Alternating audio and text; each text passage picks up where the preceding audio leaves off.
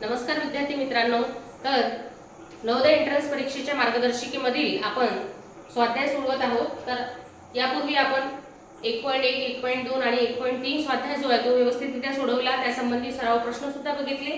तर आजच्या व्हिडिओमध्ये आपण 1.4 हा सराव जो आहे तो घेणार आहोत, स्वाध्याय जो आहे तो सराव करून घेणार आहोत। त्यामध्ये तर स्वाध्याय क्रमांक 1.4 यामध्ये पहिला प्रश्न बघूया। 1 ते 20 या संख्यांमध्ये मूळ संख्यांची टक्केवारी किती आहे। तर मुलांनो, टक्केवारी काढा असा प्रश्न एक असतोच परीक्षेमध्ये, त्यासंबंधीचा सराव यासाठी हा प्रश्न जो आहे तो खूप महत्त्वाचा आहे। 1 ते 20 पर्यंतच्या मूळ संख्या, तर मूळ संख्या म्हणजे आता तुम्हाला मागच्या उदाहरणामध्ये सुद्धा सांगितलेलं आहे मी, मूळ संख्यांचा सराव करा। 1 ते 20 पर्यंतच्या मूळ संख्या असणारा 2, 3, 5, 7, 11, 13, 17 आणि 19। तर ह्या संख्या ज्या आहेत ते 1 पासून 20 पर्यंतच्या मूळ संख्या आहेत। किती आहेत त्या बघूया। 1 2 3 4 5 6 7 आणि 8 संख्या आहेत मुलांनो। आणि टोटल नंबर किती होते, तर टोटल नंबर होते आपले 20। आता आपल्याला शेकडेवारी काढायची आहे, तर त्याला आपल्याला लक्षात गुणावं लागणार आहे, 100 ने गुणावं लागणार आहे। शेकडेवारीचं एक सूत्र 2 मिनिटांमध्ये तुम्हाला लक्षात ठेवण्यासाठी, एकूण संख्या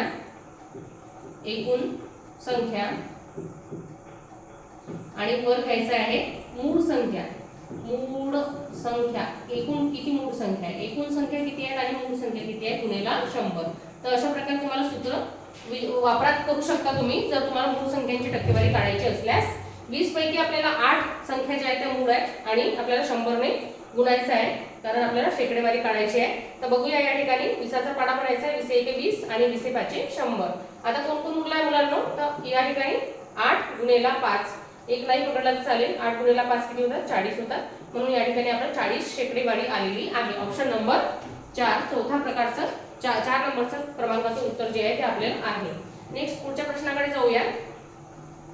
पुढील पैकी कोणती संख्या मूळ आहे। अगदी सोपी प्रश्न आहे। आतापर्यंत आपण प्रत्येक प्रश्नामध्ये मूळ संख्यांच्या प्रश्नामध्ये मूळ संख्यांचा सराव जो आहे तो करत आलेला आहोत, त्यामुळे आपल्याला यातून ओळखणे अगदी सोपी होणार आहे। ऑप्शन क्रमांक 2, ही संख्या जी आहे ती मूळ संख्या आहे का। ऑप्शन क्रमांक 1, ही सुद्धा संख्या मूळ संख्या नाही। परत एकदा सराव करूया मूळ संख्यांचा। मूळ संख्या कोणकोणत्या असतात 2 पासूनच्या, आणि मग त्यानुसार तुम्हाला लक्षात ठेवायच्या आहेत। तर बघू, 2, 3, 5, 7, 11, 13, 17, 19, त्यानंतर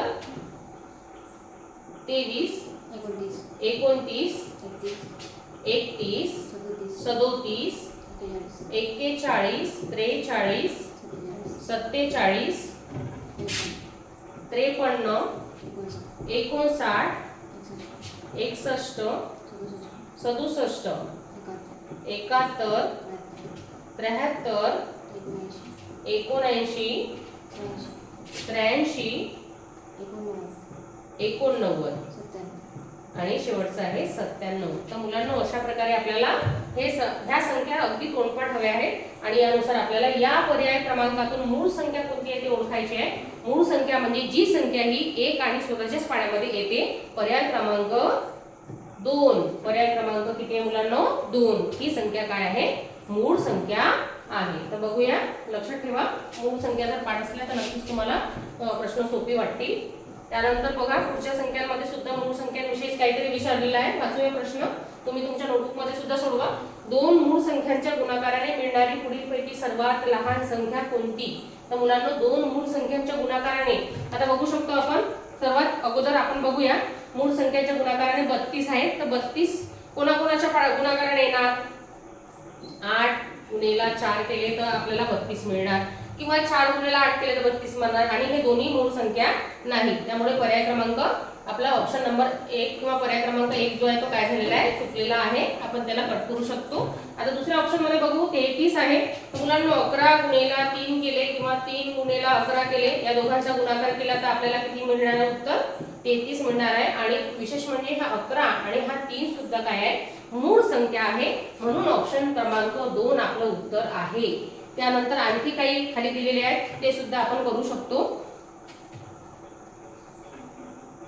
तर 2 मूळ संख्यांच्या गुणाकाराने येणारी संख्या क्रमांक 3 चं 34 उत्तर आहे। तर 34 कोणाच्या पाड्यामध्ये आहे, तर ते सुद्धा आपल्याला बघून घ्यायचं आहे। पर्याय क्रमांक पर्याय क्रमांक 2 हे उत्तर या ठिकाणी बरोबर आहे. तर आणखी तुम्ही सराव करू शकता अशा प्रकारचा 2 मूळ संख्यांच्या गुणाकाराने.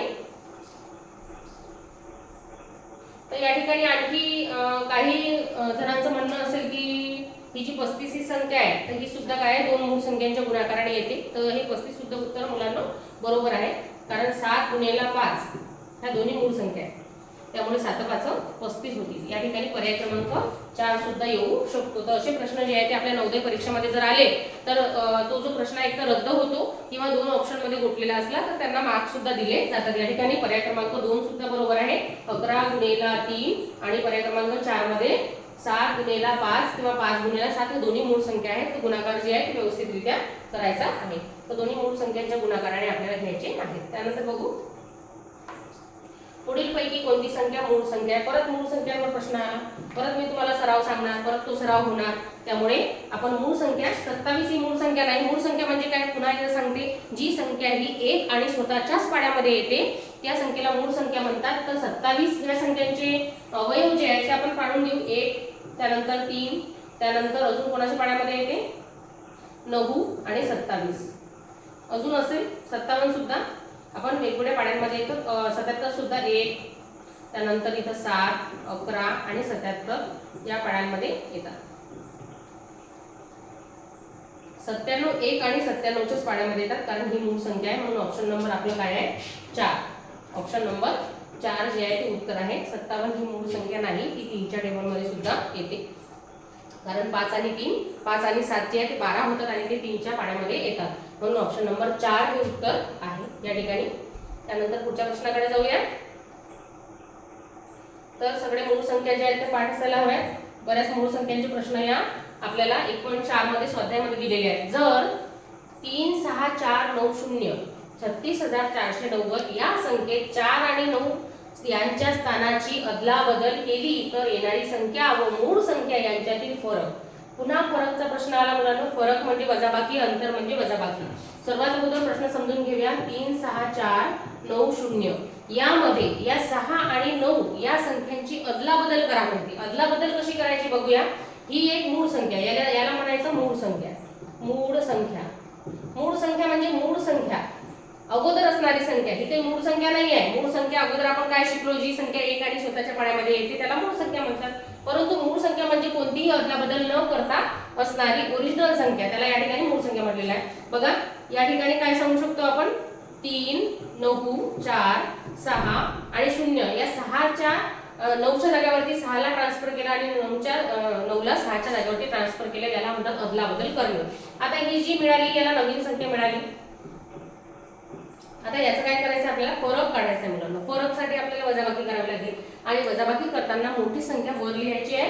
ही 39,460 ही मोठी संख्या आहे, म्हणून ही आपण वर मांडली आणि मूळ संख्या त्याच्या खाली मांडलेली आहे. आता याची काय करूया आपण, वजाबाकी करूया. बघूया. 0 16 होतील, इथं 13 होतील, इथं 8 होतील. 16तून 9 गेले, या ठिकाणी 7 राहिले. 13तून 4 गेले, 9 राहिले. 8तून 6 गेले, 2 राहिले आणि इथे 0.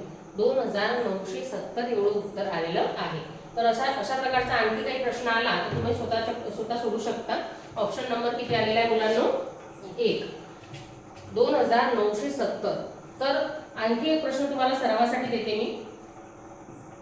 आणखी एक प्रश्न सरावासाठी देते, म्हणजे तुम्ही मला ते कमेंट करून सांगा, तुमच्या नोटबुक मध्ये सोडवा.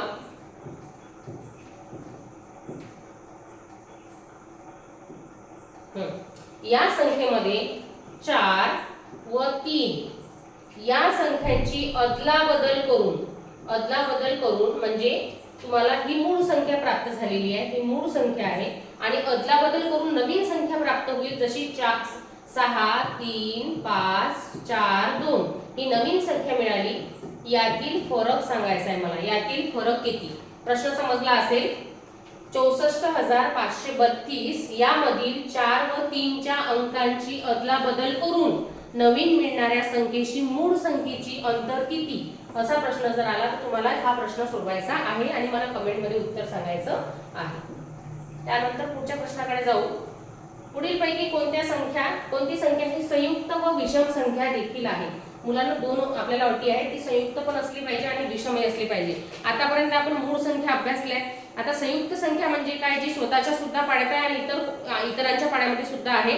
जसं मूळ संख्या एक आणि स्वतःच्याच पाड्यामध्ये असतात, इतर पाड्यांमध्ये किंवा इतर अवयव नसतात त्याला. परंतु संयुक्त संख्यांचे अवयव एकापेक्षा जास्त असतात, एक आणि इतर संख्या सुद्धा असतात. तर आपण बघू शकतो 17 ही मूळ संख्या आहे म्हणून ऑप्शन कटलेला आहे. त्यानंतर 29 ही सुद्धा मूळ संख्या आहे म्हणून ती सुद्धा ऑप्शन कटलं. 15 ही मूळ संख्या नाही, ही कोणती संख्या आहे, संयुक्त आणि विषम संख्या सुद्धा आहे, परंतु नाही 97 ही जी आहे ती मूळ संख्या आहे, त्यामुळे हा ऑप्शन जो आहे तो कटलेला आहे. तर तुम्हाला समजलं असेल ऑप्शन क्रमांक 3 आहे. पुढीलपैकी कोणती संयुक्त संख्या म्हणजे 13 चे अवयव 1 च्या पाड्यात पण आहे, 3 च्या पण आहे, 5 अवयव आहे, त्यानंतर अजून 15. तर अशा प्रकारे एक पेक्षा जास्त अवयव असल्या कारणाने ही संयुक्त संख्या आहे आणि याच्या शेवटचा अंक एकक स्थानचा अंक जो आहे तो 5 आहे. ज्या संख्येच्या एकक स्थानी 1 3 5 7 9 या अंकांपैकी एक अंक असतो त्याला आपण विषम संख्या असं म्हणतो. तर ऑप्शन नंबर 3 जे आहे ते अगदी बरोबर आहे. तर अशा प्रकारे तुम्हाला 1.4 मधलं स्वाध्याय जो आता आपण बघत आहे त्यामधला शेवटचा प्रश्न. तर 7व्या प्रश्नामध्ये कोणत्याही अंकाची पुनरावृत्ती न करता म्हणजे एक अंक परत परत यायला नको. आता काही अंक दिले आहेत मुलांना, तर कोणते अंक दिले आहेत, 5 3 9 7 आणि 1 हे अंक दिलेले आहेत. या अंकांचा उपयोग करून मिळणारी किमान संख्या विचारल्या मुलांना. कोणती संख्या, किमान म्हणजे काय, कमीत कमी किंवा लहानात लहान असणारी संख्या. कमाल म्हणजे काय, तर मोठ्यात मोठी असणारी संख्या.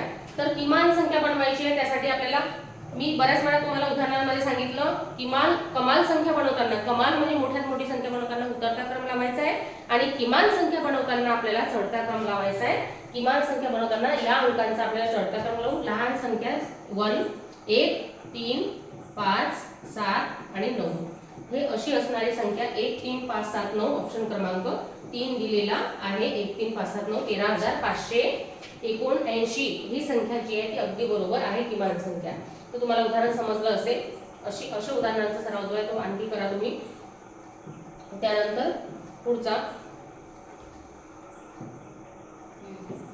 तर स्वाध्याय क्रमांक 1.5 जो आहे तो आपण पुढच्या व्हिडिओमध्ये बघणार आहे. आता आपण या व्हिडिओमध्ये जे आहे स्वाध्याय 1.4 जे आहे ते 7 उदाहरणं जे आहे ते संपवलेली आहेत.